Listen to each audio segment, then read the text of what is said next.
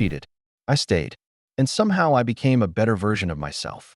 I always thought cheating was the ultimate deal breaker, that there was no way back from that kind of betrayal.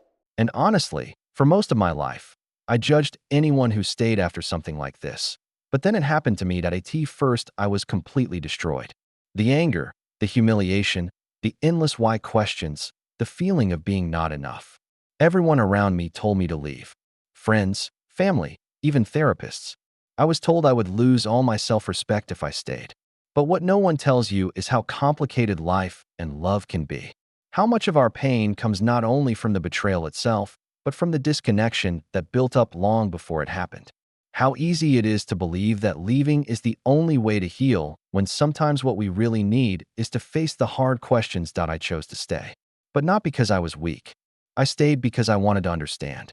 I wanted to understand her, but even more I wanted to understand myself. What got us to that point? What I missed?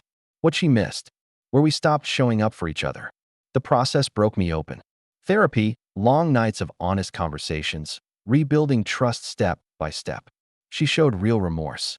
She did the work. And so did I. Most people only talk about betrayal as something that happens to you. But what if we also look at the ways we betray ourselves? The times we ignore our own needs.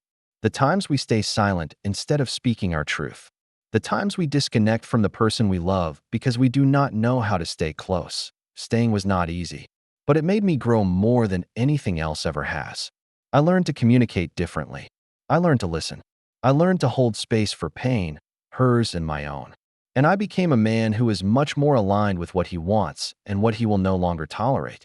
I know this path is not for everyone, and I do not say staying is better than leaving. But I wanted to share this because growth does not always look like walking away.